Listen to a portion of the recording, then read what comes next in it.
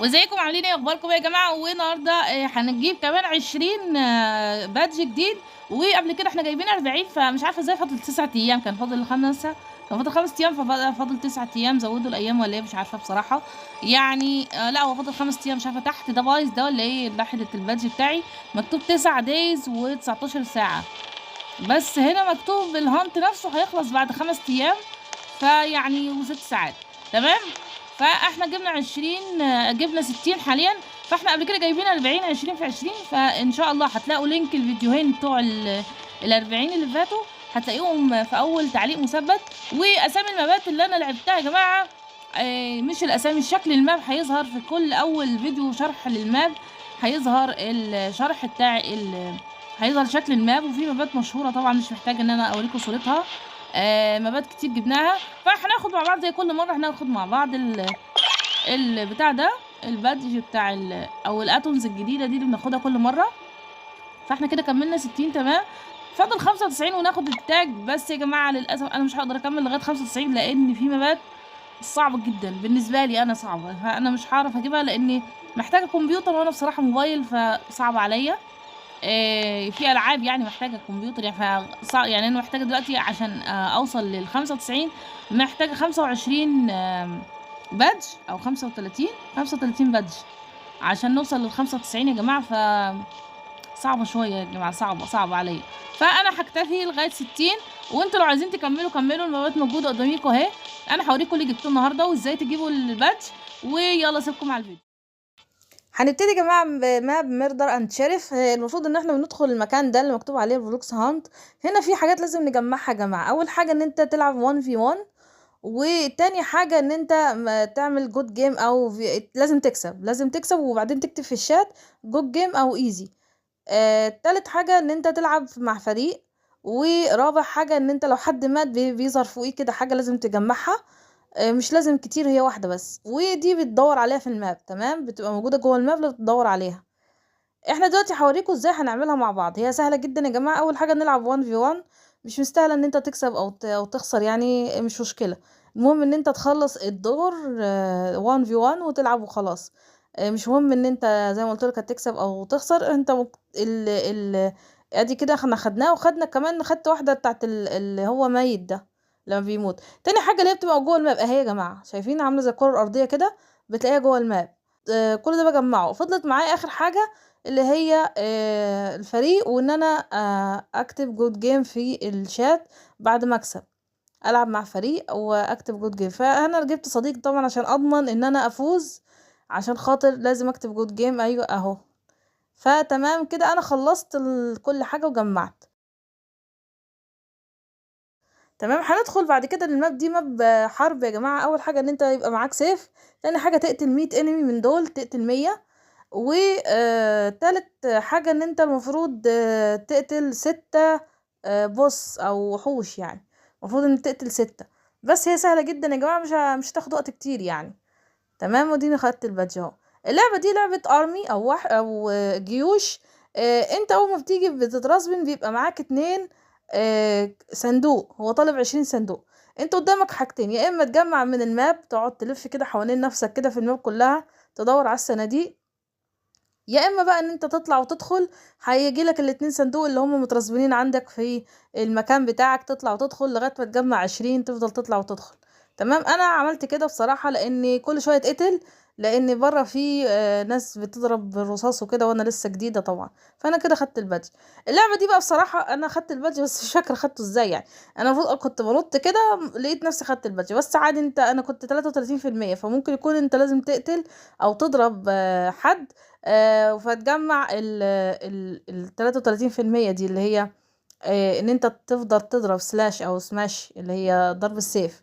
تمام. كمان لعبة استرو دي لعبة طويلة شوية بس حلوة يعني مسلية يا جماعة.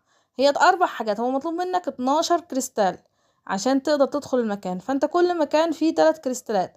فاول مكان هنا هو ده اللي احنا ندخل منه عن طريق التكييف. فتحات التكييف نجمع 3 زي ما انتم شايفين كده، ونجمع 3 كريستالات. وبعدين المفروض ان احنا بندخل المكان التاني وهكذا. بس المكان التاني يا جماعة انا هشرح لكم لانه حاجة زي اللغز كده، احنا بندور على زراير. فهقول لكم اماكن الزراير فين لانها مستخبيه بصراحه. ادخل يا جماعه المكان التاني اهو، اللي هو اللي فيه اماكن الزراير ده. ادي زرار هنا جنب البتاع في الجنب، وفي زرار كده تحت الكنبه دي اهو، وفي زرار كمان تاني ورا الصندوق اهو يا جماعه. شايفين هما خمس زرار ان بندوس عليه، وده زرار اهو فوق البتاع ده. واخر زرار معانا ورا الصندوق ده. كده فتحنا الباب، وهنجمع الثلاث كريستالات اللي احنا بنجمعهم كل مره. ادي واحده، وادي اللي هناك كده واحده، كده جمعنا الثلاثه. هيبقى معانا اتنين. الاتنين التانيين دول عباره عن باركور، فانا هسيبكم مع الباركور يا جماعه وتشوفوا نجمعهم فين.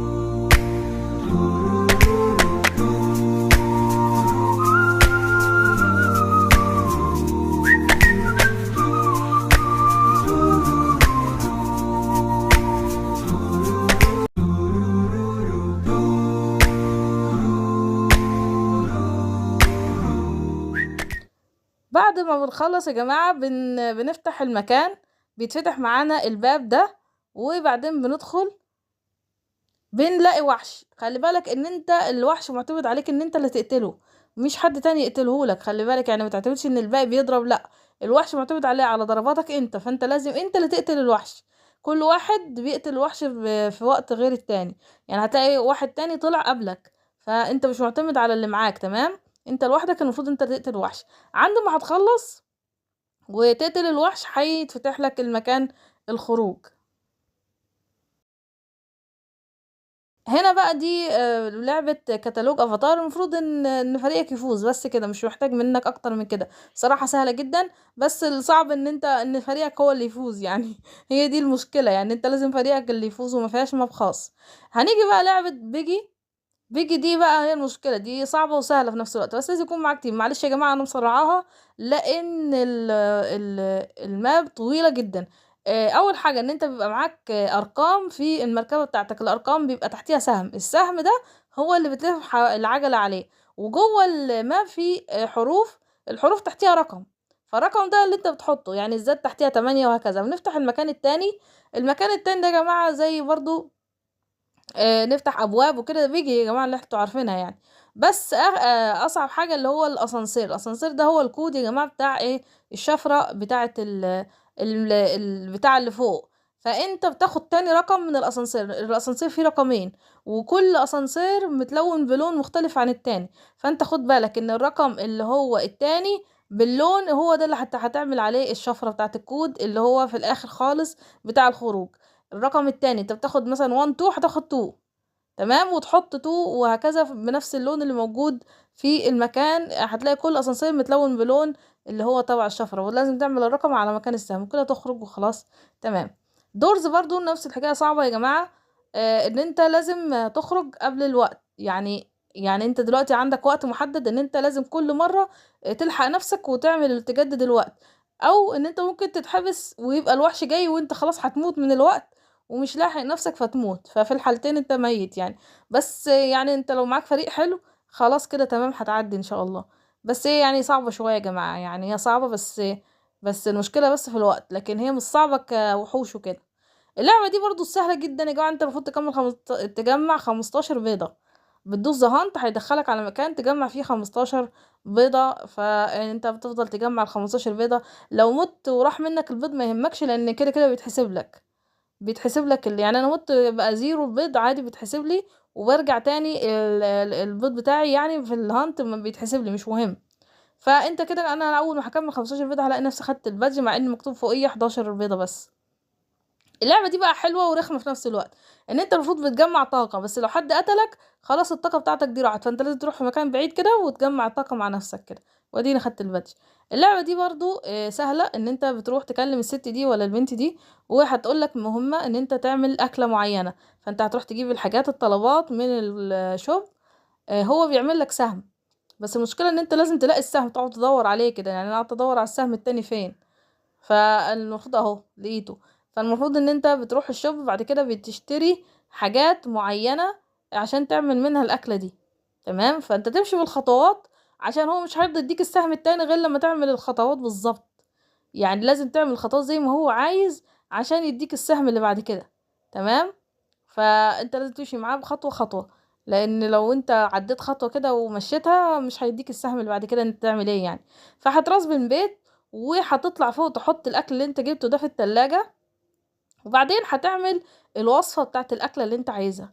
يعني في جهاز كده في الجنب اهو، هتروح تدوس عليه، انت كده بتحط حاجتك في التلاجة زي ما انت عايز، وبعدين هتدوس على الجهاز، هتختار اللي فيها الفراولة والموز دي. هي دي الهانت يا جماعة، ان انت تختار الفراولة في الموز. هيطلب منك ان تجيب حاجات من التلاجة، هتجيبها وتقطعها، اللي هي الموز والفراولة والحاجات دي. هتفضل بقى تشتغل، هيشغلك يعني. هتقعد تقطع بقى الموز وتقطع الفراولة عشان تعمل الطبق اللي هو في الاخر عايزه. وهي سهلة يا جماعة، بس ايه، تاخد وقت شوية، تاخد شوية وقت كده، بس هي سهلة يا جماعة مش صعبة. تمام، انا خدت البادج اهو. دي بقى اللي هي بتاعت الزومبي يا جماعة. كل مطلوب منك ان انت تجمع 150 بيضة من الزومبي اللي فوق راسه بيضة ده، هتلاقي فوق راسه كده بيضة. ده افضل اقتل فيه هيديك بيض. فالمطلوب منك ان انت تجمع 150 بيضة. نصيحة ان انت لازم تبني الاول قبل ما تجمع البيض، لان الزومبي بيقعد يقتلك، في زومبي عملاق كده بيفضل يقتلك فيك، يقتل فيك يعني. فانت لازم تبني مكان عالي عشان تقدر تقتله. وانا كده خدت البادج. الماب دي برضو نظام اللي هي بتاعت القلعة والقلعات والحاجات اللي زي كده يعني. فانت بتقعد تحط عساكر عشان تحمي القلعة بتاعتك. المهم ان انت تروح المكان الماب بتاعت الهانت يا جماعة. اختار الماب بتاعت الهانت، ما تختارش اي ماب تانية. تمام، واهو الوحش بتاع الهانت اهو شايفينه. المفروض ان انا اقتله قبل ما يوصل للبيت بتاعي، وكده انا تمام، فزت وخدت البادج. لعبة ار بي باتل يا جماعة، المفروض ان انا بروح اكلم الراجل ده، فهيقول لي يا تكسبي مرة، تكسبي ابقى الاولى يعني، يا اما اكسب 3 مرات. تمام، يا العب 3 مرات، مش لازم اكسب، المهم العب 3 مرات. فبعد ما تخلص اللي انت تكسب الاول او تلعب 3 مرات، هيديك كريستال تمسكها تكسرها، هيوديك للمكان ده. تمام، فانت لازم الاول تلعب يا جماعة، فاهمين؟ وبعدين هتروح تاخد الكريستال وبعدين تكسرها. هتروح المكان ده. لما تروح المكان ده هيديك اختيارين، يا تلعب اللي هي راب يا اما رات. فانت اختار رات، ما تختارش راب، لان راب صعب شويه يا جماعه. فهنقعد نقتل في الفيران كده، نقتل الفار ده ورا ده لغايه هما 3 جولات. فانت ليك 3 قلوب ان انت ترجع تاني ريسباوند يعني.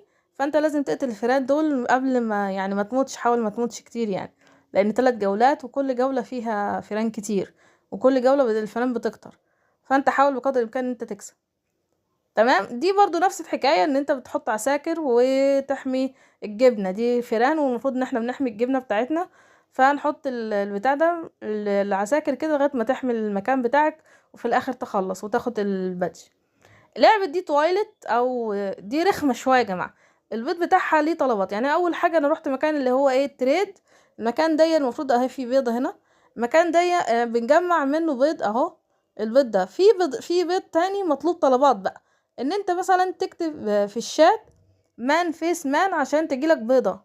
لازم تكتب في الشات مان فيس مان 3 مرات عشان تجيلك البيضة. وتعمل تريد كامل، ومرة واحدة بس تكمل تريد لغاية الآخر، تريد ناجح يعني، حتى اللي تاخد البيضة التانية. كده خلصنا اللي هو المكان ده. هنيجي هنا في بيضة في مكان اللي هو الصحراء، هنلاقي بيضة هنا. وبعد كده في مكان الماب هنا في بيض، يعني انتوا دوروا عليه. ده سهل، انا بوريكم البيض بس الصعب يا جماعة. في بيض سهل يا جماعة موجود في الماب، يعني سهل تلاقيه. دي اهي بيضة اهي. وفي بيضة فوق الشجر دي صعب، انا يعني تعبتني بصراحة. هوريكم مكانها اهي، شفتوها فوق الشجرة دي. تمام. كمان دلوقتي هنلاقي في السيتي كمان في 3 بيضات جوه السيتي. هقولكوا تجيبوها ازاي. اول بيضة يا جماعة ان انت تقتل 10 تويلت من اللي هم بيعدوا، تقتل 10، وفي واحدة فيهم هتكون شايلة بيضة لازم تقتلها. تمام. فكده انت خدت البيضتين. في بيضه بقى جوه الماب نفسها هتفضل تدور عليها اهي، فوق البتاع اللي بيطلع منه التواليت هتلاقي البيضه اهي. انا لقيتها بعد عذاب اهي، شايفينها؟ كده خلصنا البيض اللي جوه السيتي. هما 3 بيضات، خلي بالكم. هناخد البيض اللي هنا اللي جوه الفورست. هتلاقوا البيضه فوق البركان، فوق خالص البركان هتلاقوا البيضه اهي. كده احنا خلصنا البيض. هنرجع تاني للماب يا جماعه عشان نعمل كالم وتاخد البادج. يعني مش هتاخد البادج غير لما تعمل كالم. دي لعبه اسئله يا جماعه، المفروض بتسالك اسئله المفروض انت تجاوب، والاجابه الصح هتدخلك وهكذا، واللي هيجاوب غلط هيموت، وهكذا نفضل نفتح كده لغاية ما نعدي في الاخر. بس المشكلة هي ان بيعمل لك لعبة بين فريقين، والفريق اللي يكسب ممكن يموت التاني. يعني حتى لو انت بتجاوب صح وفي فريق هو كسب في الضرب في السيف مثلا، في الهوكي بيعمل لعبة هوكي وبيعمل لعبة سيف، فلو فزت خلاص فريقك فاز، خلاص الفريق التاني مات حتى لو كان حلل صح. فانا كده حليته وخدت البادج هنا، حليت الاسئله. دي لعبه كلاب روبلوكس او روبلوكس كلاب. دي لعبه باركور يا جماعه، المفروض ان احنا نخلص الباركور لغايه الاخر. ودي لعبه سهله جدا ان انت هتخلص الباركور ده، وبعد ما تخلص الباركور هتاخد البادج. برضو لعبه سهله جدا، والباركور يعني مش صعب. في بس كلمه سر، المفروض انت بتضغط على علامه اللي هي بتاعت مكنه التصوير، هيطلع لك ارقام. الارقام دي ارقام سريه، المفروض انت تفتح بيها الكود. تمام. انا قلت لكم بس عشان خاطر انا هسيبكم تتفرجوا على الباركور وارجع لكم تاني.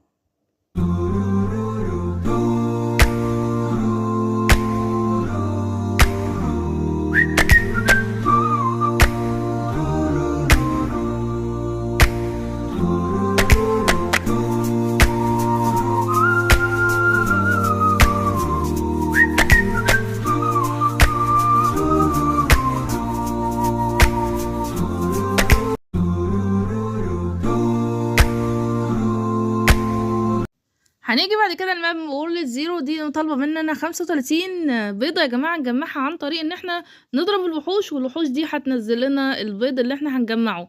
بس خلي بالك ان لو حد جنبك البيضه نزلت وخدها خلاص كده بقت تبعه، فلازم تجمع البيض بسرعه بحيث محدش ياخد منك البيض بتاعك يعني. بس مفيش حد بياخد، بس ممكن انا حصلت معايا ان في حد خد البيض بتاعي، يعني انا اضربه وهو ياخد. وسهل جدا يا جماعه، ممكن بعد كده تاخد البادج بعد ما تخلص وتجمع ال35 بيضه. هنيجي بعد كده لماب رويال هاي. الهانت بتاعها رخم شويه يا جماعه. يعني هو طالب مننا دلوقتي ان احنا المفروض ان احنا نجمع حوالي 50 بيضه من الهانت ده. تمام. الثبت بتاعك ما بيشيلش غير 10 بيضات بس. وكمان في حاجات بتحصل ان انت لازم ال10 كل شويه تحطها جوه العش. لازم تجمع البيض اللي تجمعه تحطه جوه العش، يا اما مش هيتحسب لك البيض اللي انت بتجمعه. تمام. فانت لازم تلحق ان انت تجمع 10 بيضات وتجري للعش عشان تحطها في العش تحسب لك البيض اللي انت جمعته. غير كده مش هيتجمع. اول ما تجمع 50 بيضه هتاخد البادج. وبكده يا جماعه ينتهي الفيديو بتاعنا، ورب يكون عجبكم. وما تنسوناش بلايكاتكم واشتراكاتكم الجميله عشان يوصلكم كل جديد. ويلا سلام.